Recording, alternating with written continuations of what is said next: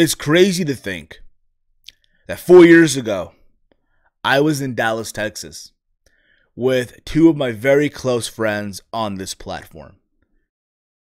Connor, you all may know him as OKFabe, and Matt from In the Rope Show. We went for WrestleMania 32 weekend, and we had a blast. Probably, in my opinion, the best wrestling trip I've had. Ever. Something I will tell my children down the road one day, believe it or not, when it comes to story time and stuff like that. And it was fun. You know, everything that we did. The Hall of Fame ceremony, WrestleCon, Takeover Dallas, seeing Nakamura's first WWE match against Sami Zayn, and everyone saying prior to the match, oh, that's going to steal WrestleMania weekend, and it did. Probably, at that time, the best match I've ever saw live. Believe it or not. Right?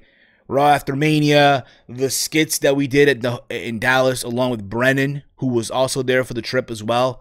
You let me know him as PW Outsider or the Outsider's Edge. For me, honestly, Brennan, I say this with love, you'll always be WWE TNA for life. And yes, if you followed my channel years ago, you already remembered, I got drunk in Dallas. I got fucked up in Dallas that first day in. But that's around the point, okay? And yes, WrestleMania, the day itself, we literally were waiting outside in that heat just to get into the fucking stadium. And then once we got in the stadium, waited an hour or so just to get to our seats. I remember Connor being mad because he missed Kalisto versus Ryback for the U.S. title. For whatever reason, like, yeah, he was mad about that. And then we had a blast inside the stadium. The moment that we saw Shane jumping from top of the cell onto the Undertaker, and he missed.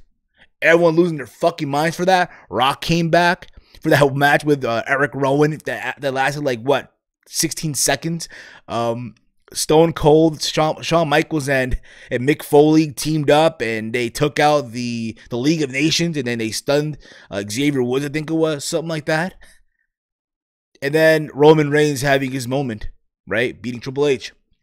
All right, and of course, Charlotte, Becky, and Sasha in that triple threat. But the point of the matter is, it was fun.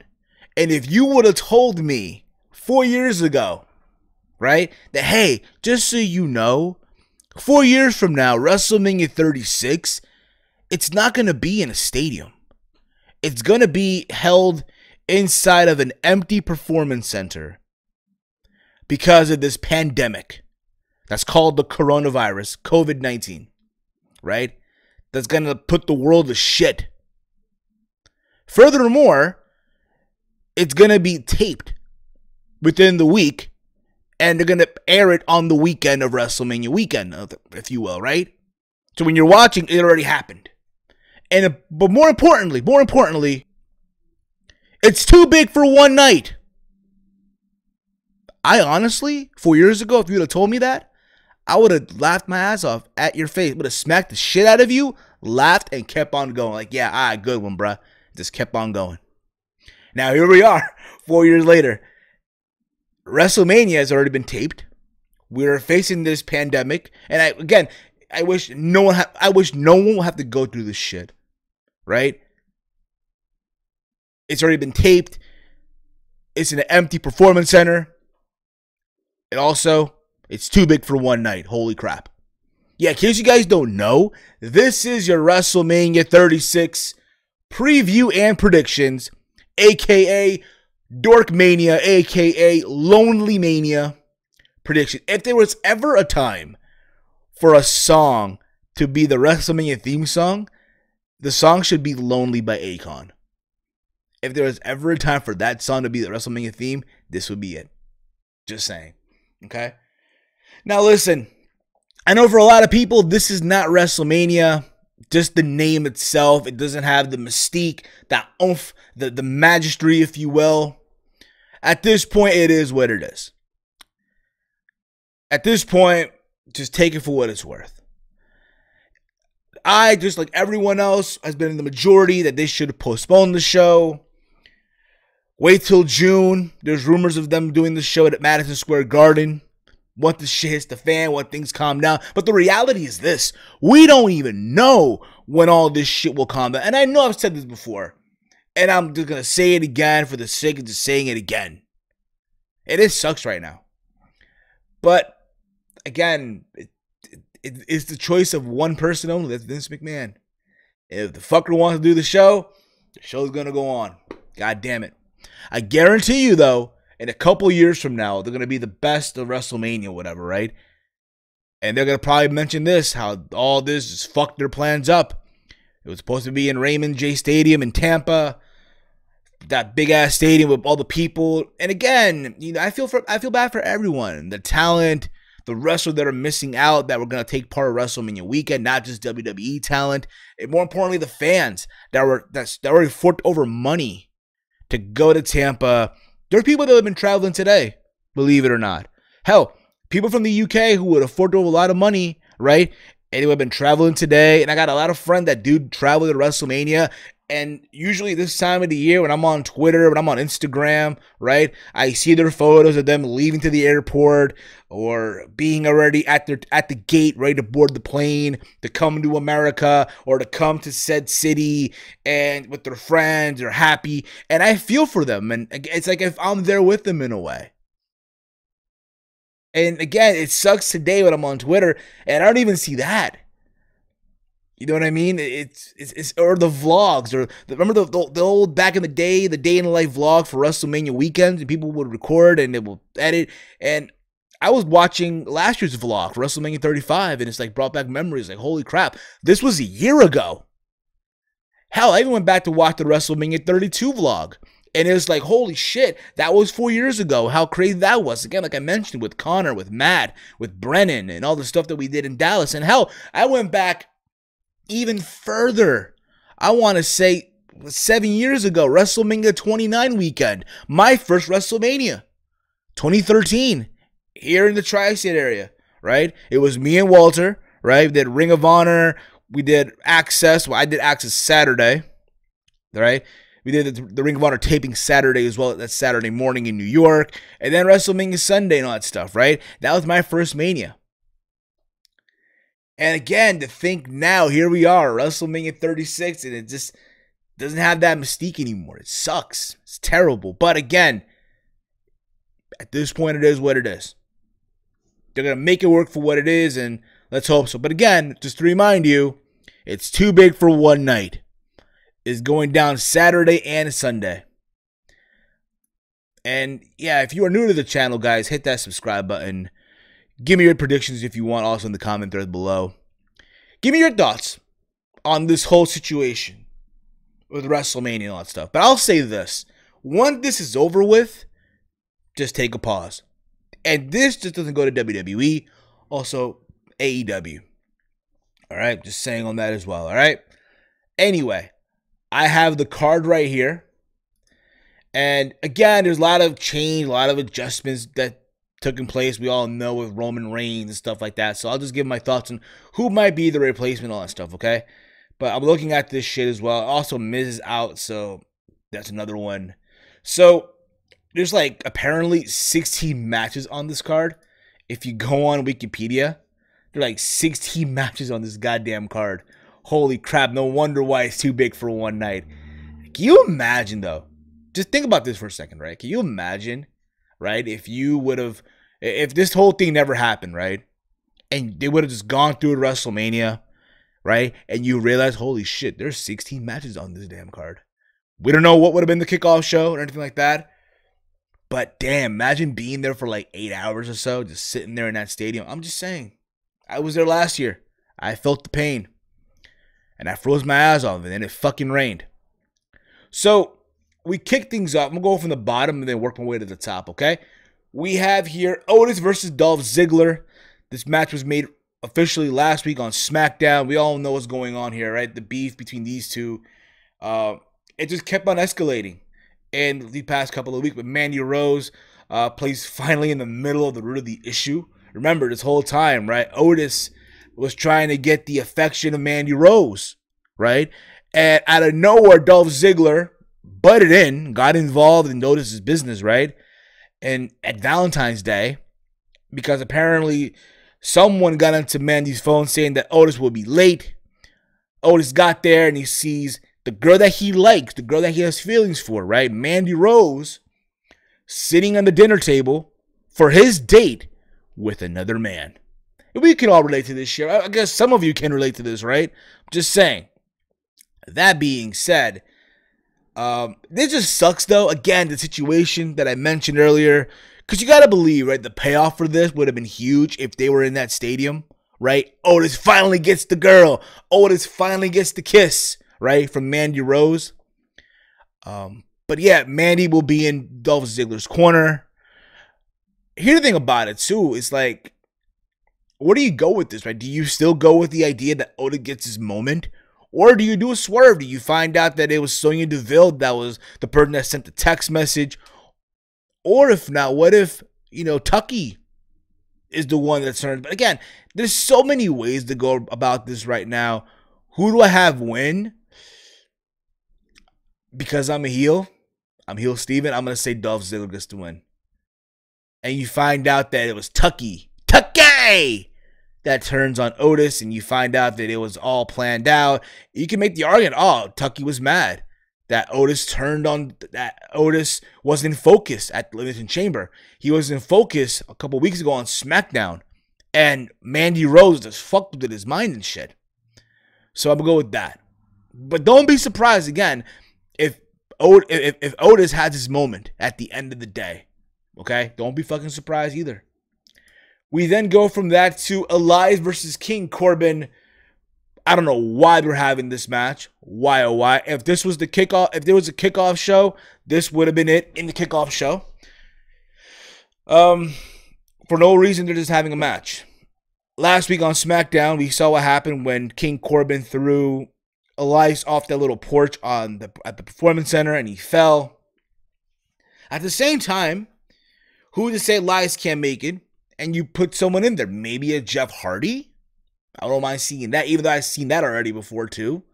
But why the fuck not? A Jeff Hardy and King Corbin is much better, honestly, than Elias and King Corbin. And to think that people were saying that Elias was gonna face John Cena. Boy, look how that fell out, right?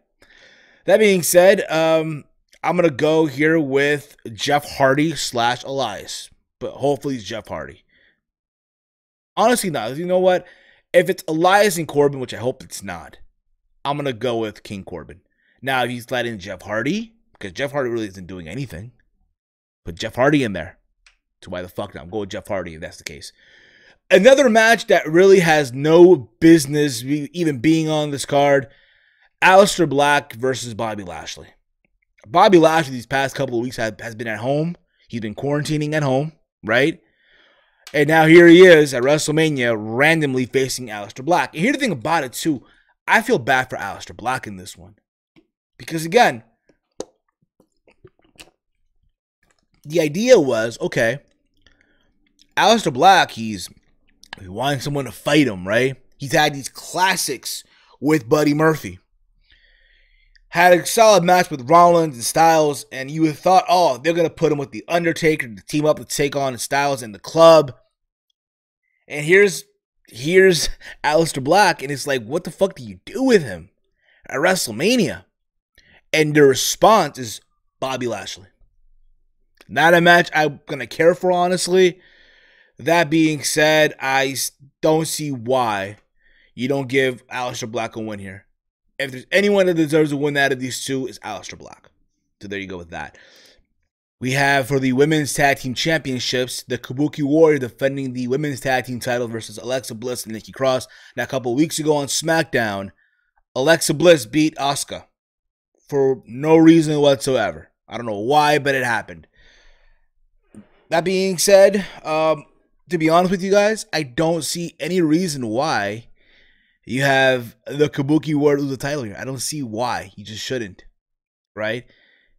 Though that being said, I'm going to have the Kabuki Warriors retain the titles. I'm pretty sure they'll have a fun little match. But again, I just don't care for this. I really, really don't care at all. And I know I'm not the only one that feels that way too. We then have, from that, we have what's supposed to be a triple threat for the SmackDown Tag Team Championships. Miz and Morrison defending their title versus the New Day and the Usos in a triple threat tag team ladder match. Now, it was reported that the Miz did not take part in the WrestleMania 36 taping after he head home from an illness, right? So they're saying now that apparently Morrison worked a ladder match. I guess now it's going to be just 3 guys, I'm assuming here. I'm assuming John Morrison, a member of the New Day. I'm assuming it's going to be Kofi, and I guess probably one of the Usos in a triple threat ladder match. I doubt it'll be for the tag title because, again, you need all the members of your team. Which, again, it sucks because I'm pretty sure, again, this match in a stadium would have been badass, honestly. That being said, even if they would have gone with the plan as scheduled, I do not see any reason why I take the belts off Miz and Morrison right now. Granted, they haven't really done it for me as of late, right? But that being said, I just don't see, it's too soon, honestly, to have them drop the belts. I'll even go one step further. There's a lot of these title matches that, honestly, should not have title changes because of the circumstances right now. That's my honest opinion on that too. So that being said, if I'm picking a winner here, if it's just the 3 guys going at it, I'll pick Kofi Kingston. Because why the fuck not, right? Kofi Mania last year. That's crazy too. Last year, right? Kofi Mania, right? And that was like the biggest thing on that show last year. It was cool that was there live. It was cool for that. It was very, very cool. We also have here for the Raw Tag Team titles, we have the Street Profits of Angelo Dawkins and Montez Ford defending the Raw Tag Team titles versus Angel Garza. It was supposed to be Andrade, but Andrade, he suffered an injury.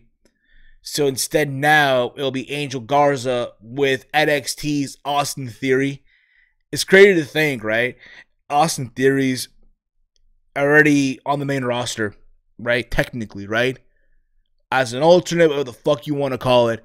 And here he is on WrestleMania to team up with Angel Garza for the Raw Tag Team titles. What world are we in right now? I saw what happened on Raw. I thought overall Austin Theory held his own. Yeah, there was that hiccup with Montez Ford when he went for the dive outside the ring. He didn't catch him. Mistakes happen, right? But that being said, and again, I'm gonna keep on saying this shit. There's no reason why the Street Profits should lose the belts right now. There's no reason at all. Even if Andrade was at 100%, it is sucks because Andrade is the U.S. champ right now, and you're not even doing a title match with him, even if he was at 100%. Just saying. Just fucking saying. That being said, Street Profits do retain here, okay? We have Sami Zayn defending the Intercontinental Championship versus Daniel Bryan. During the past couple episodes of SmackDown, Bryan challenged Zayn to face both he and Drew Gulak at WrestleMania with the Intercontinental title on the line on a triple threat. And then Zayn countered with the stipulation that if Gulak can beat Nakamura, which he did this past Friday on SmackDown, then he'll put the title on the line against Bryan at WrestleMania. As you all know, Gulak won. So with that, we're now getting this match. And again, you know what? For what it's worth, for the work rate, right? For those of you that love work rate, this is your match, right? These 2 guys that have been at it before. To think WrestleMania 34, they were going at it in a tag team match, right? It was Shane and Bryan versus Owens and Zayn. And here we are now, years later. It's like things repeat themselves almost, right? Here we have Zayn and Bryan for the Intercontinental title. It should be a fun little match, like I said before.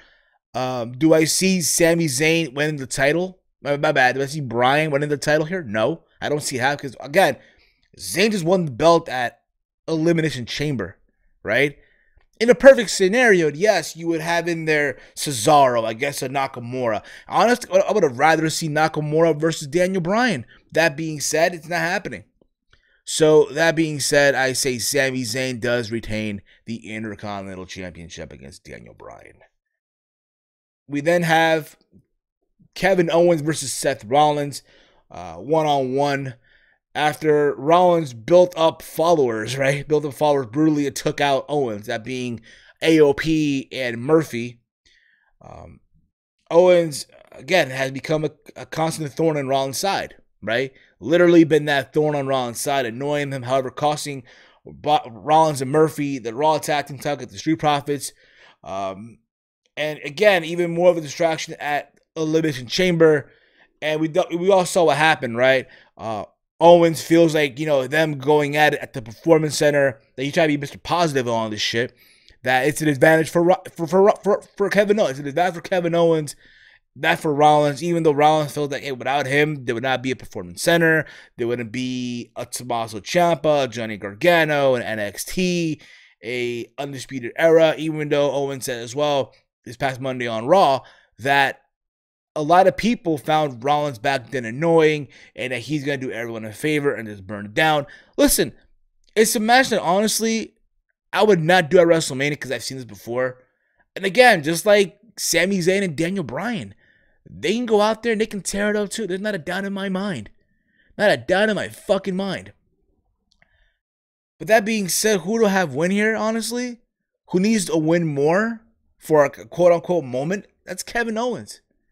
Kevin Owens, I think, will win here with a stunner. And I think from there, we'll see what happens. Again, after this, just move on. Move on from this shit after this. It sucks, too, because, again, Rollins started off with a faction, right? AOP and Murphy. Now, one of the members of AOP, I think, is Razor, who has like an injured bicep now, and he's out for God knows how long. And Murphy, I guess he's quarantining at home or something like that. So, or he's sick as well. I don't even, one or the other. So Rollins is now by himself going into the biggest show of the year. My bad.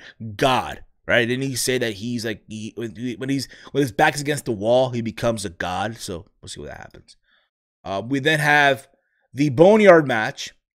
Undertaker versus AJ Styles. Mark Calloway versus Alan Jones. We saw the promos back and forth. Styles calling Taker Mark, how Mark Calloway isn't the same that he used to be. He's all washed up now. His wife is literally burying him. He's challenged him to a Boneyard match. And Taker, this past Monday on Raw, cut a promo as American Badass, talking about how Alan Jones was literally a fish in a small pond, basically mentioning TNA, taking dabs, how it took Styles, right, for everyone to leave WWE just for Styles to be in WWE and all that stuff, and he couldn't touch Taker 10 years ago. And for what it's worth, listen, I know it's not the Taker that we all used to know and love, and that whole entrance of WrestleMania for Taker is not going to be there. And again, anyone that's been to WrestleMania, anyone that's been there live, you know what's up. It's one thing you watch from home, Undertaker's entrance, right? It's another thing being there live. It's two different feelings. You have to be there live just to feel that whole mystique, the hairs in the back of your neck, stand up, seeing Taker walk to the ring at WrestleMania, make that giant walk, right? I hope for this match we do get American Badass Undertaker. I'm pretty sure they're gonna probably go crazy with this match. I've heard that they've taped different spots for this match too. It's gonna have that final deletion feel. And again, because of the circumstances, I do hope that a lot of these matches, they get creative with this shit. I really, really do. That being said, I see Undertaker getting the win. I don't see Styles winning this. Why would he? So there you go with that. And yes, I'm pretty sure that the OC will get involved in some way, shape, or form. But at the end of the day, I see the Undertaker getting the win. We have, after this, for the SmackDown Women's Championship, we have Bayley defending her title versus Lacey Evans, Tamina, Naomi, and Sasha Banks in an elimination match. They were supposed to have, to my understanding, in this match as well, Carmella. And I guess she's not, because she's quarantining right now. I'm not even sure if Lacey's in this match as well. I'm not even sure. I could be wrong on that one. But that being said, Paige announced the match during the March 20th edition of SmackDown at the Performance Center as Bayley and Banks continued to mock her as she continually added opponents to the match until the surprise twist of Banks being the final challenger, pitting the friends against each other, putting them against each other on the biggest show of the year. That being said, again, it's just a match. You know what? Let's add everybody in, because why the fuck not, right? Have everybody added to the show, what have you. In a perfect scenario, it would have been just Bayley and Sasha Banks. one-on-one. Because honestly, I can give two fucks about Tamina, Lacey Evans, and Naomi. Even though Naomi did have some momentum since she came back. I think she did pin Bayley at a non-title match, whatever. That being said, I say, you know what? If it's not Sasha, then have Bayley retain at the end of the day. From there, we go on to the NXT Women's Championship match. Rhea Ripley defending the NXT Women's title, being the first woman to defend an NXT Championship at WrestleMania versus Charlotte Flair. As you guys know, Charlotte Flair did win the Women's Rumble match, challenging Rhea Ripley. You guys remember, right? On February 3rd, Raw, Flair dismissed the Raw and SmackDown titles and the respective holders as champions. She was interrupted by NXT champ Rhea Ripley, who threw down a challenge while pointing out Flair has not beaten her yet. And you got to remember too, as Survivor Series, right?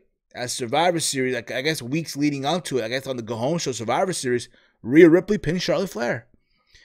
That being said, listen, if this was again in the stadium, the idea of Rhea Ripley making that walk to the ring and Charlotte as well, and people just being jam-packed, losing their minds, awesome. It could be a fun match. They're making this work. That being said, who wins here? In a perfect scenario, it would be I won't say Lacey Evans, I don't know why. It would be Rhea Ripley. That being said, be realistic here, Charlotte Flair. Because why not? Golden Children rule. What up, Chase? That being said, Charlotte Flair, I think, does become the new champion. And maybe she might vacate the belt after. We don't fucking know.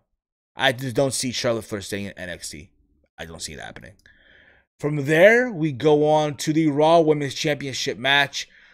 Oh my God, this list is forever. We have the Raw Women's Championship match. Becky Lynch defending her championship versus Shayna Baszler.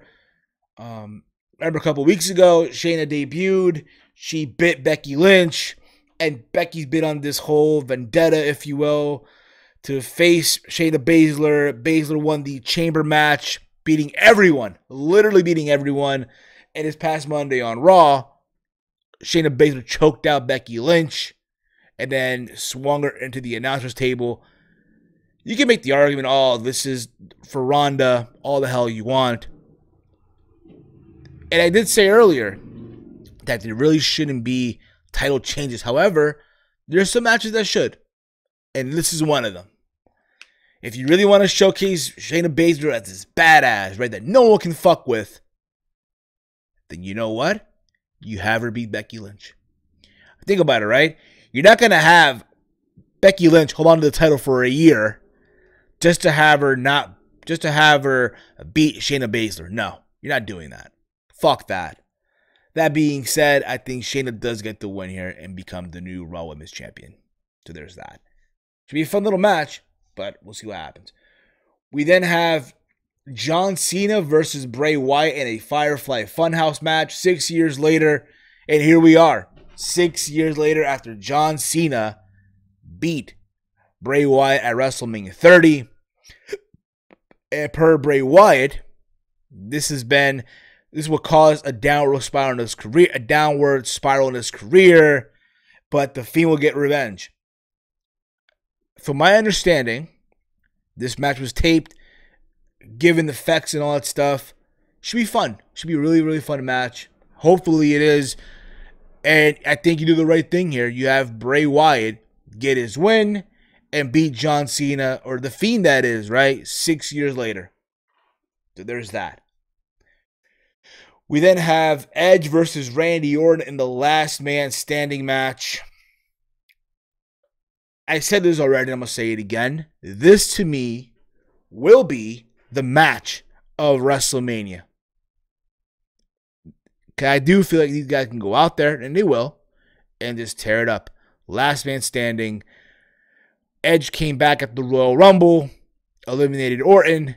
The next night on Raw, they teased the return of teammate RKO, and then Randy Orton RKO'd him and then hit him with the one-man concerto, and just taking these attacks on Edge. how Edge is a junkie for the crowd, for the people. He took out Beth Phoenix with an RKO. So Edge is mad. Edge is pissed off, right? Edge talks about grit, how he has the passion, how Orton is jealous of that, how Orton needs Edge as a motivation, if you will. That being said, Edge should get the win.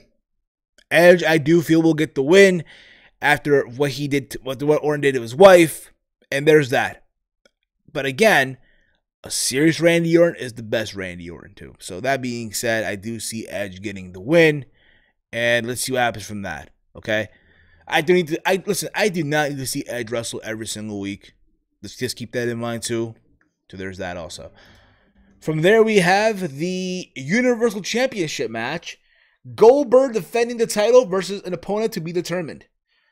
Now, you guys know Roman Reigns pulled out of the championship match prior to the WrestleMania 36 tapings, right? He recently posted on Instagram that he was, again, backing out of the match for health reasons. Now, the question is, who takes Roman's spot? Now, they were saying that it would be Braun Strowman. I hope not. However, if that's the case, have Goldberg retain the title. I do not need to see a title change. I do not need to see Braun Strowman become the new champion. I don't need to see it. That ship has sailed. I think I'm not the only one that feels that way. If you want to be creative with it, I know the Style Monster said this on Sunday, and I kind of do feel the same way too.